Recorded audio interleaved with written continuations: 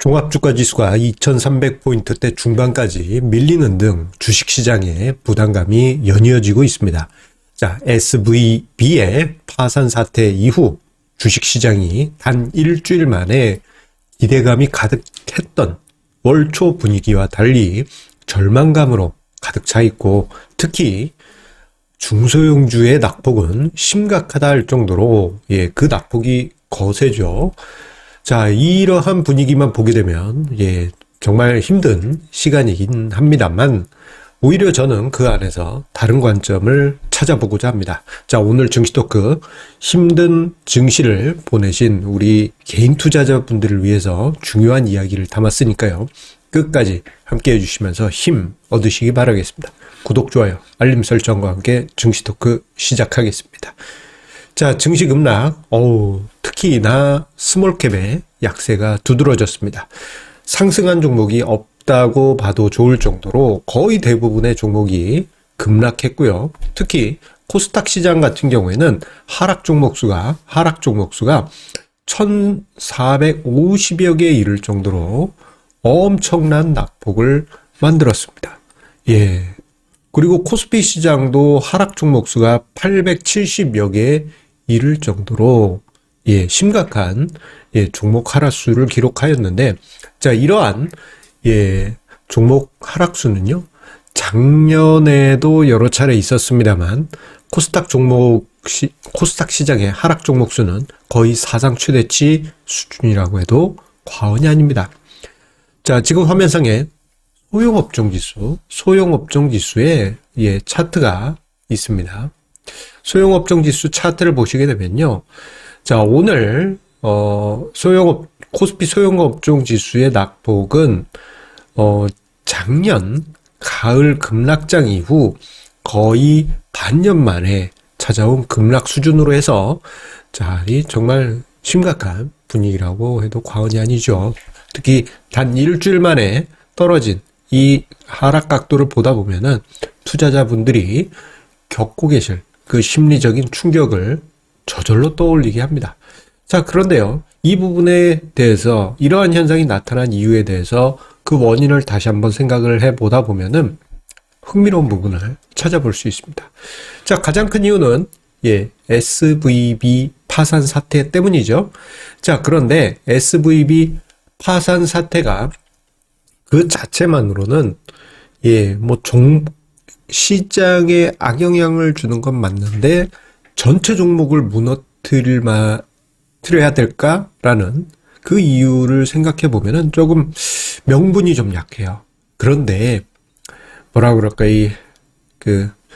까마귀 날자 배 떨어졌다라고 해야 될까요? 아니면은 그 옛날 노래 가사처럼 손대면 톡 하고 터졌다라고 해야 될까요?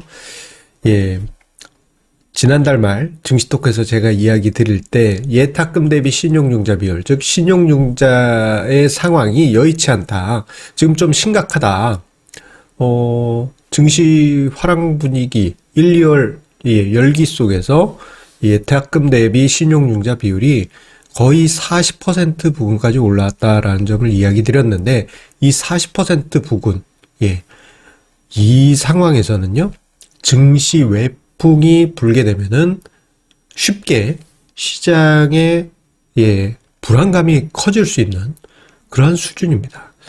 이게요, 예탁금이 충분하다 한다면 신용융자가 쏟아진다 하더라도 받쳐줄 수 있는 힘이 되지만, 예탁금 대비 신용융자 비율이 높다라고 하는 것은 예탁금이 그만큼 충분하지 않다라는 의미거든요. 결국 이번에 SVB 사태가 터지면서 시장에 매물이 쏟아지고, 그로 인해서 신용융자 등과 같은 빅2 자금의 강제 청산이 연이어지면서요, 시장에 급락이 발생하고, 이 강제 청산, 반대 매매 속에서 주가가 급락하니 또 다른 반대 매매가 연쇄적으로 벌어지는 이러한 일들이 나타나게 된 것입니다. 아마 오늘 장중에 그 현상이 매우 노골적으로 지금 진행이 되고 있고, 그리고 아마 내일 아침에도 또다시 영향을 미칠 가능성이 큽니다. 좀 씁쓸한 부분이죠. 그래서 SVB 파산 사태가 요 트리거를 건드렸다. 신용융자, 비투자금이 지금 긴장 국면이었는데 이것을 터트린 원인이 되고 말았다. 예. 그래서 중소형주의 낙폭이 특히나 컸다라는 점을 이해할 수 있겠습니다. 중소형주 같은 경우에는 거래 대금이 얇기 때문에요. 작은 투매가 등장한다 하면은 그냥 주가가 쭉쭉 빠지는 그러한 현상이 나타나기 때문이죠. 자, 그런데요. 이 현상 기억을 일단 해주세요. 뒤에서 결론 부분에서 이야기 드릴 게 있습니다. 자, 그와 함께 이 부분도 우리가 함께 살펴봐야 될 것 같습니다. 자, 이번에 SVB 파산 사태로 인해서요. 역설적으로 금리 인하 가능성이 생겼어요. 우리가 3월 초만 하더라도 어땠습니까? 자, 미국의 기준금리가 5%대 중반을 넘어서 거의 중후반까지 갈지도 모른다. 이러한 분위기가 있었잖아요. 그런데요, 이번에 SVB 파산 사태 이후에 어떤 일이 벌어졌냐? 지금 화면상에 패드와치에 있는 자료를 바탕으로 해서 제가 도표를 여러분들 눈에 딱 띄기 쉽게 만들어 봤는데요. 지금 화면상에 보이시는 수치들은 패드와치에서 예상하는 미국 국채 선물을 바탕으로 해서 확률이 그러니까 FOMC 일정에 따른 FOMC 일정마다 기준금리가 위치할 확률표가 있는데 그 중에 가장 많은 확률이 있는 최고 확률이라고 해야 되려나? 그 위치예요. 그 중에서도 이제 상단입니다. 그런데 이번에 3월 FOMC에서는 25bp 한번 올려주고 5월까지도 한번 올려줘. 여기까지는 좀 스케줄대로 오케이 얘기 들었던 거야 하는데 6월 확률표를 보게 되면은 4.75로 뚝 떨어집니다. 이건 빅스텝 인하라고 해도 과언이 아닐 정도로 제법 깊은 금리 인하 가능성이 생겼어요. 그리고 6월 이후부터는 금리 인하 가능성으로 시장에서는 그 가능성을 키우고 있다. 이런 부분을 우리가 이 표에서 볼 수 있었습니다. 자, 불과 일주일 전만 하더라도요. 2024년 돼야지 금리 인하 있지 않을까? 뭐 이런 분위기였는데 완전히 바뀐 것이죠. 심지어 노무라 증권에서는요. 이번에 3월 FOMC 회의에서 기준금리를 인상이 아니고 25bp 인하할지도 몰라라는 가능성을 제기했습니다. 이거 완전히 분위기가 바뀌었죠. 엄청난 분위기 변화라고 할 수 있겠습니다. 자, 그렇다면 앞서 언급드린 신용융자 상황, 그리고 지금 이번에 지금 화면상에 보이는 미국의 기준금리 요 상황을 놓고 우리가 어떻게 이해를 해야 되느냐. 자, SVB 사태가 이번 일주일 동안의 증시 급락의 원인이 됐고요. 그리고 요즘 보면은 주식시장이 뭐 중소형주든 대형주든 바스켓 단위로 움직이는 것으로 보여요. 그 결과 매물이 출회되면서 억울하게 밀려 내려간 종목들이 많이 생겼던 것도 사실이에요.